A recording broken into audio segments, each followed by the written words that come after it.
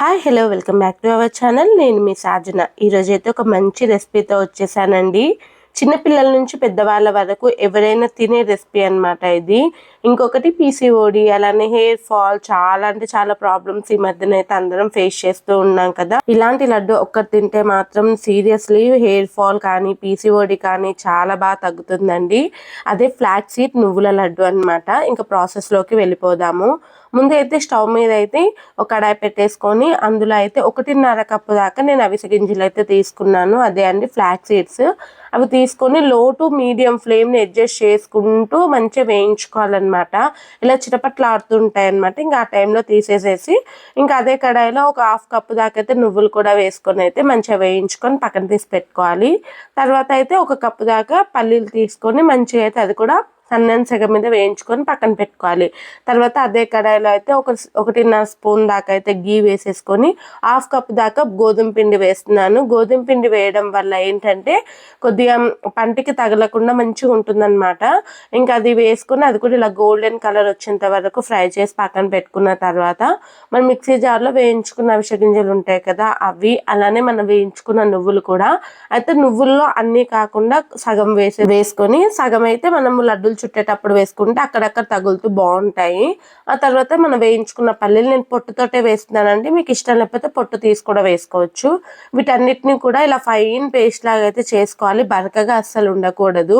ఆ తర్వాత అయితే మనం ఇందాక గోధుమ పిండి అయితే వేయించి పెట్టుకున్నాం కదా, ఇంకా అందులోనే ఇది కూడా వేసేసుకోవాలి. అంటే స్టవ్ ఆఫ్ చేసుకున్న తర్వాత ఇవి మొత్తం కలిసిన తర్వాత అయితే ఇలా మనము నువ్వులు పక్కన తీసి పెట్టుకున్నాం కదా, అది కూడా వేసేసుకొని ఒకసారి బాగా కలిపేసుకున్నాక మిక్సీ జార్లో 3 కప్పుల దాకా అయితే బెల్లం అయితే పడుతుంది. దీనికి 3 కప్పుల దాకా బెల్లం వేసుకొని కోర్స్గా బ్లెండ్ చేసుకుంటే ఇలా ముద్దలాగా వస్తుంది అనమాట.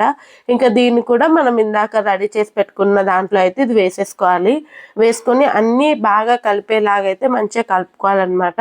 మీ దగ్గర కానీ పౌడర్ ఉంది అని అంటే యూజ్ చేసేసుకోవచ్చు బెల్లం పౌడర్, లేదంటే ఈ ప్లేస్లో షుగర్ కూడా యూజ్ చేసుకోవచ్చు. కానీ హెల్దీగా చేస్తున్నాం కదండి, అందుకని చెప్పేసి నేనైతే షుగర్ అయితే అవాయిడ్ చేసేసి బెల్లం అయితే వేసాను అనమాట.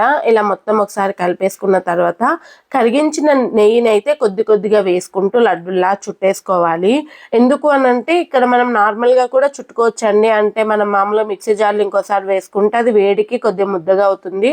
ఆ టైంలో కూడా ఉండలు వేసుకోవచ్చు. కానీ కొద్దిగా నెయ్యి తగిలించుకొని వేసుకున్నాము అని అంటే చాలా బాగా లడ్డుల్లాగా వస్తాయి. ఇంకా చాలా రోజులు కూడా ఉంటాయి అన్నమాట. ఇంకొకటి ఏంటి అని అంటే హెల్దీ ఫ్యాట్స్ కదండి మనకి గీ కూడా, ఇంకా అది కూడా మంచిగా హెల్దీ ఫ్యాట్ కాబట్టి మనకు కూడా యూజ్ అవుతుంది అని చెప్పేసి ఇంకా నెయ్యి అయితే వేసాను. ఇలా లడ్డులా చుట్టేసుకున్నాము అని అంటే ఇంకా మన లడ్డూలు అయితే రెడీ అయిపోతాయి అనమాట. ఇలా గీ వేసేసుకుంటూ కొద్దిగా వేసుకోవాలి. మొత్తం ఒకటేసారి వేయడం వల్ల ఏంటంటే మన లడ్డు బ్యాటర్ మొత్తం కూడా లూజ్ అయిపోతుంది అనమాట. ఇంక అందుకని కొద్దిగా వేసుకుంటూ ఇలా లడ్డులా చుట్టేసుకోవడమే. ఎవ్రీడే మీ డైట్లో అయితే ఒకటైతే యాడ్ చేసేసుకోండి. మంచి డైట్ మెయింటైన్ చేసుకుంటూ ఇలాంటివి మంచి ప్రోటీన్, ఒమేగా 3 ఫ్యాటీ యాసిడ్స్ ఉన్న ఫుడ్ తీసుకున్నామని అంటే వెయిట్ లాస్కి పనిచేస్తుంది. అలానే మీ పీసీఓడికి కూడా చెక్ పెట్టేయచ్చు, అంత బాగుంటుంది. ఇంకొకటి టేస్ట్ కూడా చాలా బాగుంటుందండి.